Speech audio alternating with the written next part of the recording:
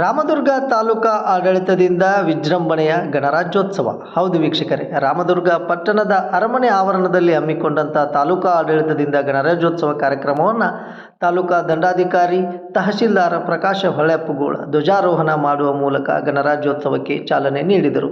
ತದನಂತರದಲ್ಲಿ ಪೊಲೀಸ್ ಇಲಾಖೆ, ಗೃಹ ರಕ್ಷಕ ದಳ, NCC ಕೆಡೆಟ್ಗಳು ಗೌರವ ವಂದನೆ ಕಾರ್ಯಕ್ರಮವನ್ನು ನೆರವೇರಿಸಿದರು. ಇದೇ ಸಂದರ್ಭದಲ್ಲಿ ತಾಲೂಕಾ ದಂಡಾಧಿಕಾರಿ ಸಾರ್ವಜನಿಕರನ್ನು ಉದ್ದೇಶಿಸಿ ಮಾತನಾಡಿದರು. ಈ ಒಂದು ಗಣರಾಜ್ಯೋತ್ಸವ ಸಮಾರಂಭದಲ್ಲಿ ರಾಮದುರ್ಗ ತಾಲೂಕಿನ ಬಹುತೇಕ ಜನಪ್ರತಿನಿಧಿಗಳು, ತಾಲೂಕಾ ಆಡಳಿತದ ಸಿಬ್ಬಂದಿಗಳು, ಶಾಲಾ ಕಾಲೇಜಿನ ವಿದ್ಯಾರ್ಥಿಗಳು ಸೇರಿದಂತೆ ಮಾಧ್ಯಮ ಮಿತ್ರರು, ರಾಮದುರ್ಗದ ನಾಗರಿಕರು ಈ ಒಂದು ಗಣರಾಜ್ಯೋತ್ಸವ ಕಾರ್ಯಕ್ರಮದಲ್ಲಿ ಉಪಸ್ಥಿತರಿದ್ದರು.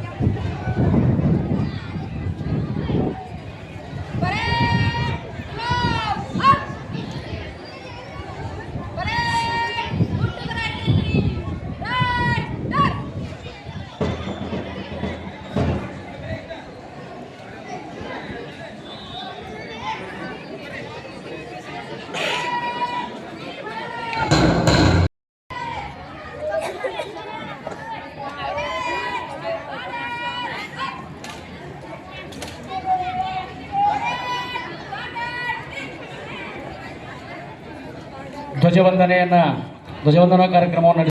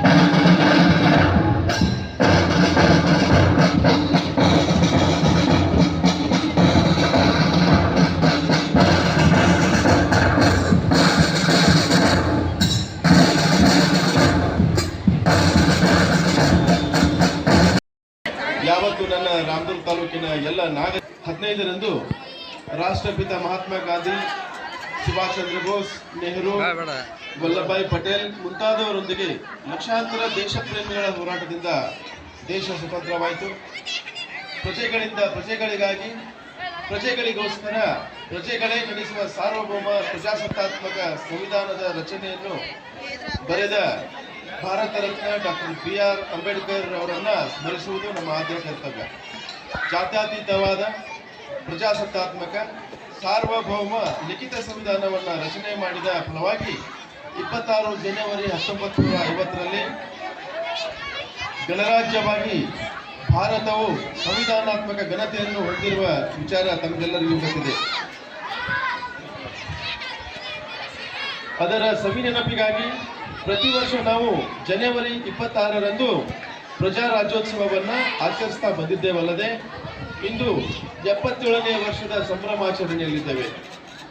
ದಶಕಗಳಿಂದ ಭಾರತವು ಅಭಿವೃದ್ಧಿ ಹೊಂದುತ್ತಿರುವ ದೇಶವಾಗಿದೆ.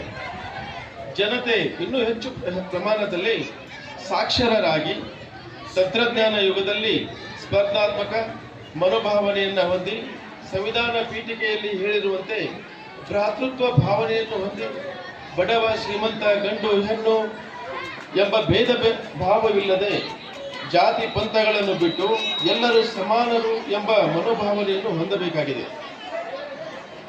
ತಾಲೂಕಿನ ಪ್ರಗತಿಯಾದಾಗ ಮಾತ್ರ ದೇಶದ ಪ್ರಗತಿಯಾಗುತ್ತದೆ.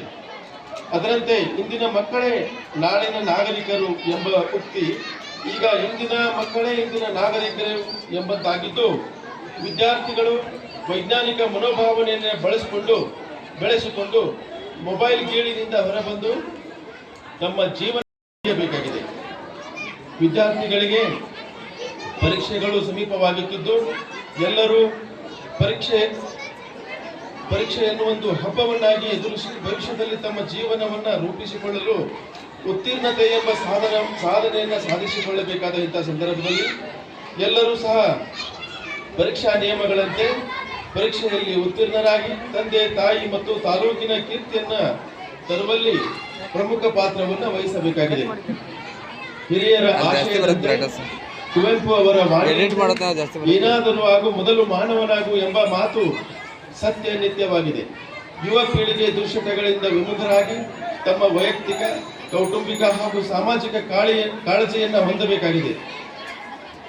ನಮ್ಮ ತಾಲೂಕಿನ ಎಲ್ಲ ಹಿರಿಯ ನಾಗರಿಕರು ಹಾಗೂ ಎಲ್ಲ ಜನತೆ ಇಂದು ಸರ್ಕಾರ ಒದಗಿಸುವ ವಿವಿಧ ಸೌಲಭ್ಯಗಳನ್ನು ಪಡೆದುಕೊಳ್ಳುವುದಷ್ಟೇ ಅಲ್ಲ, ಯಾರಿಗೆ ಆ ಸೌಲಭ್ಯಗಳು ತಲುಪಿಲ್ಲವೋ ಅಂತ ಕಟ್ಟಕಡೆಯ ವ್ಯಕ್ತಿಗೂ ಸಹಿತ ತಲುಪುವಂತೆ ಆ ನಿಟ್ಟಿನಲ್ಲಿ ಪ್ರಯತ್ನವನ್ನು ಮಾಡಬೇಕಾಗಿದೆ.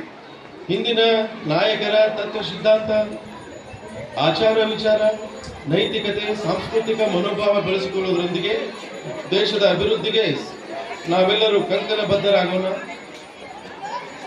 ಕಾಯಕ ಯೋಗಿಗಳಾಗಿ ದೇಶಭಕ್ತರಾಗೋಣ ಎಂಬ